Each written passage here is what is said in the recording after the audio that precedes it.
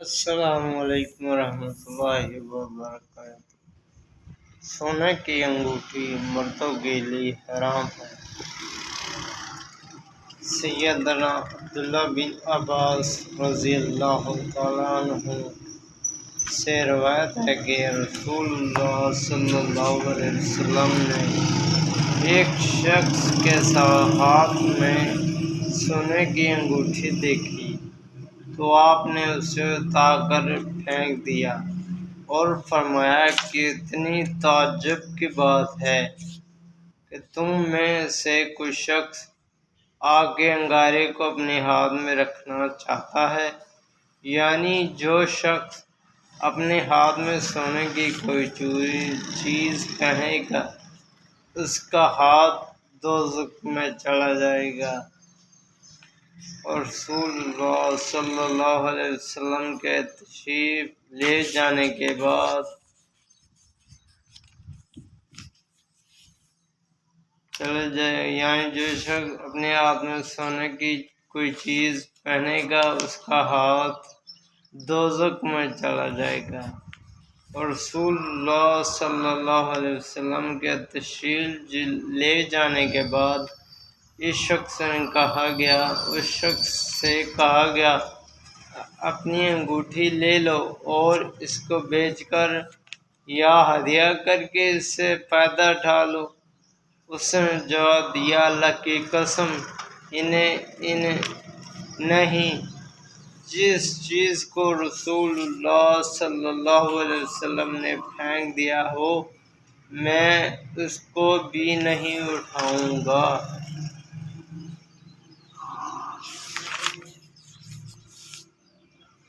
کیا بات ہے اس صحابی کی! مصور کھینچ ہوا نقشہ جس میں یہ صفائی ہو، ادھر فرمان محمد ہو ادھر گردن جھکائی ہو۔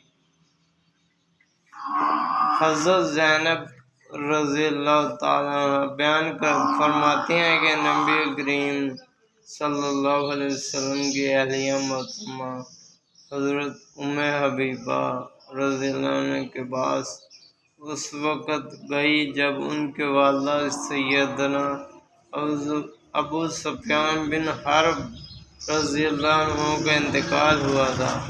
حضرت ام حبیبہ رضی اللہ تعالیٰ عنہ نے خوشبو منگوائی جس میں خلوق یا کسی اور چیز کی ملاوٹ کی وجہ سے زردی تھی۔ اس میں سے کچھ خوشبو لونڈی کو لگائی، پھر اسے رخساروں پر مل لیا۔ اس کے بعد فرمایا، اللہ کی قسم مجھے خوشبو کے استعمال کرنے کی کوئی ضرورت نہ تھی، بات صرف یہ ہے کہ میں نے رسول اللہ صلی اللہ علیہ وسلم سے سنا ہے کہ جو عورت اللہ تعالیٰ اور آخرت کے دن پر ایمان رکھتی ہو اس کے لیے جائز نہیں کہ وہ 3 دن سے زیادہ کسی کا سوگ منائے سوائے شوہر کے کہ اس کا سوگ 4 مہینے 10 دن ہے۔ السلام علیکم ورحمۃ اللہ۔